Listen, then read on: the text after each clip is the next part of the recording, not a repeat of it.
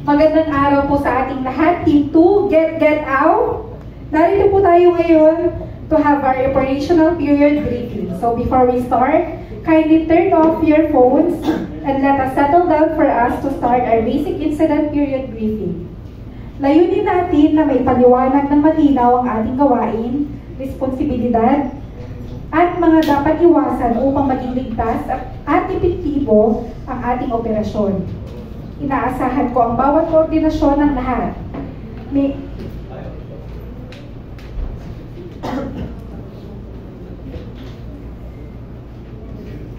Bago po ang lahat, I will list down our objectives.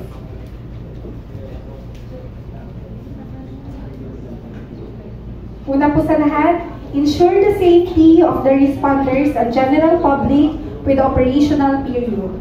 Pangalawa po, conduct search, rescue, and retrieval operations at Ridge School, business area, SE and NE with operational period. Pangatlo, provide medical assistance to insured individuals, including responders, at medical aid stations within operational period. Number 4, conduct evacuations of internally displaced people at the identified evacuation center with the operations period. Pag-5, conduct clear operations in affected areas within the operational period. Number 6, restore lifeline, electricity, water, communication at the affected area. Lastly, provide security and safety in all affected areas within your operation period. And now, for the current updates in Operations Section, may I call on Operations Section Chief, Ma'am Maria B. Macareg. Thank you, Ma'am Ezra. Good day, everyone. I am Operations Section Chief, Maria Macareg, and here is the current operational status for the Rizal earthquake incident. At approximately 10:00 today, a moderate earthquake caused major impacts, particularly in the southern and eastern part areas of Rizal. Significant building damage is reported in the downtown district and eastern residential neighborhood. Ridge School is partially collapsed. Students may still be trapped inside. Landslides have been reported in multiple sections in the national highways, cutting access in and out of the municipality. Communication, water, and power supplies are interrupted in affected areas. Local residents are attempting self-rescue and digging through debris to search missing and family members. Responder capacity is limited due to infrastructure failure and transportation challenges. Salamat po. Thank you, Ma'am Maria Macareg, for our current situation. Now, may we call on Ma'am Imelda Pilawak, our incident meteorologist, for our weather forecast update. Salamat po, Ma'am Ezra. Magandang umaga po sa lahat. Ako po si Imelda Lawang, ang inyong incident meteorologist. Ang ating weather is fair. Ang hangin ay tumatakbo ng 17 km per hour. Wala na pong darating na ulan, kaya ligtas na mag-conduct ng operation sa loob ng 24 oras. Ito po muli ang inyong lingkod, Imelda Lawang, maging alerto at updated sa ulat panahon at nag-iiwan ng katagang. Ang buhay ay weather lang. Salamat po. Maraming salamat po, Ma'am Imelda. Ngayon po, para sa ating operational assignment, may I call on Ma'am Judy B. De Andrada, our Operations Section Chief.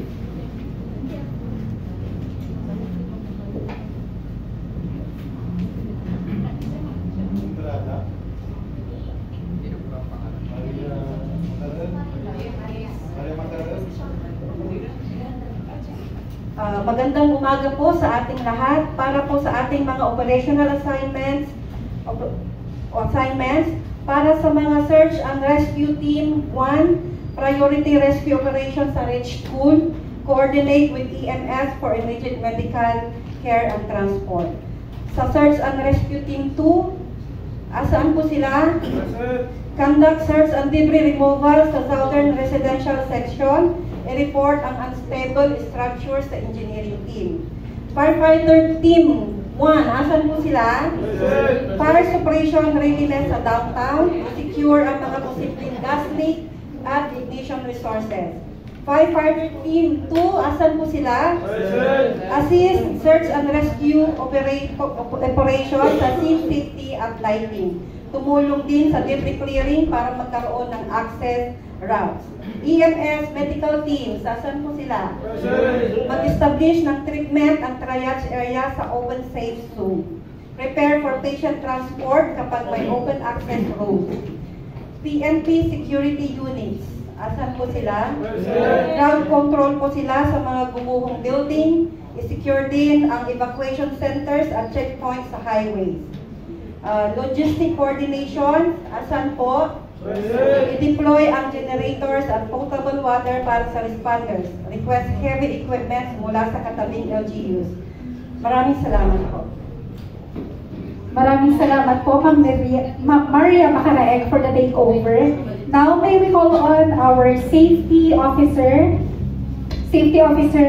Sir Justado Umayang, for our safety update. Thank you, ma'am. I am Justado Umayang, your safety officer. Good day and blessed day. As your safety officer, may I remind you, responder, we are a life saver. As much as possible, iwasan po sana natin na tayo ang ililigtas.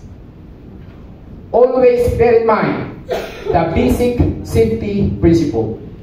Number 1, obey your leader. Number 2, follow the rules. Number 3, anticipate the risk. Number 4, act beforehand. Always safety first. Wear your proper PPEs and always check your communication equipment para po sa mas malinaw na komunikasyon. Again, ang buhay ay mahalaga. God be with us. Thank you.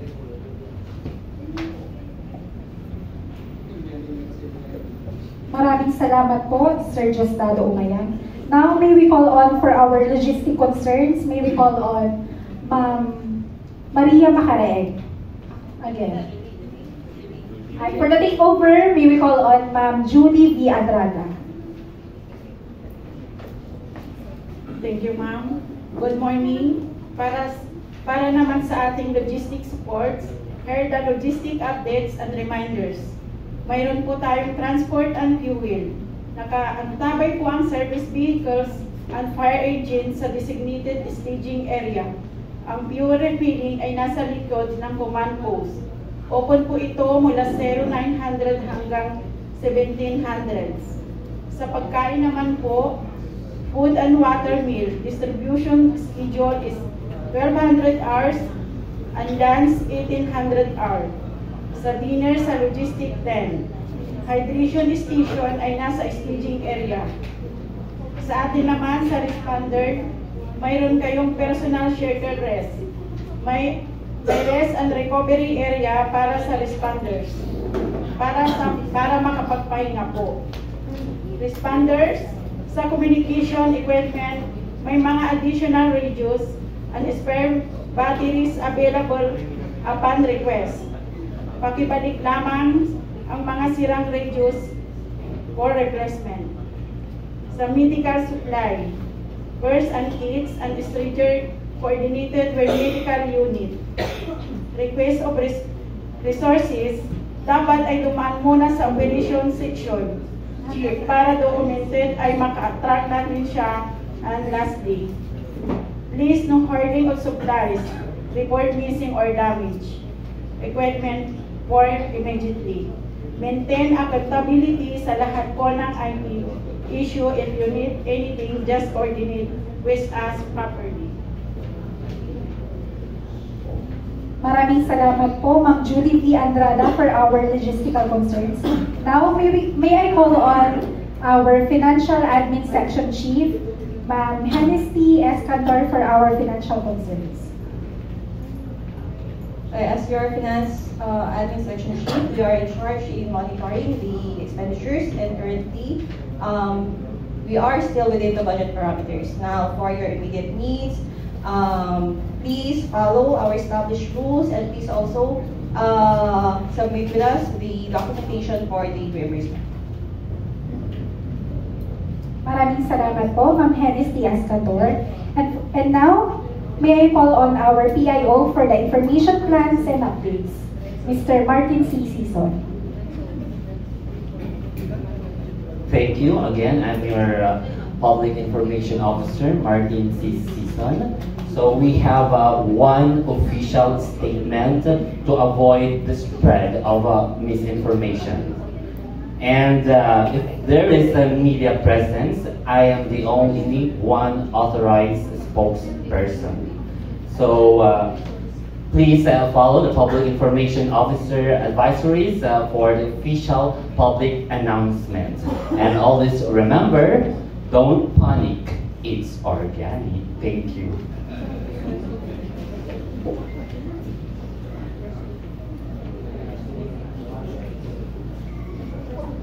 Maraming salamat po, Sir Martin C. Sison. Now, may we call on Ma'am Maxine for our cooperating agencies update. Maraming salamat po.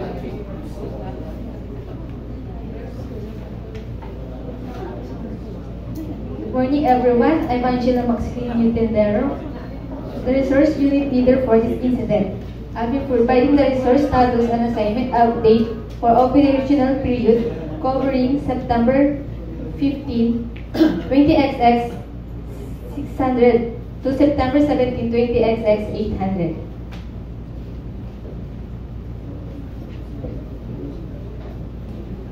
Maraming salamat po, Ma'am Angela Maxine. And now for our closing comments, may I call on our Commander, Sir Kenneth.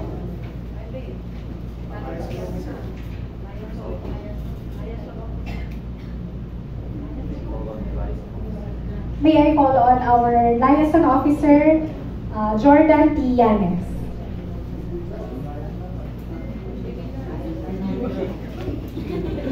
Good morning po sa ating lahat.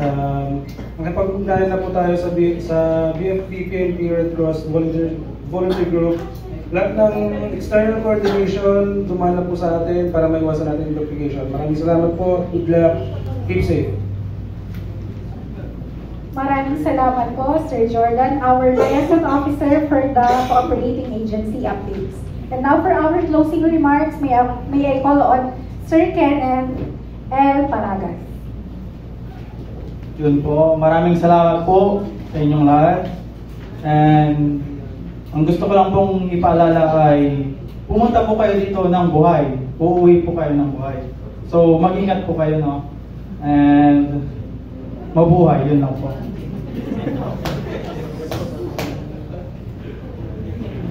Maraming salamat po. And now for our room assignments. Task Force 1, you will be in evacuation center.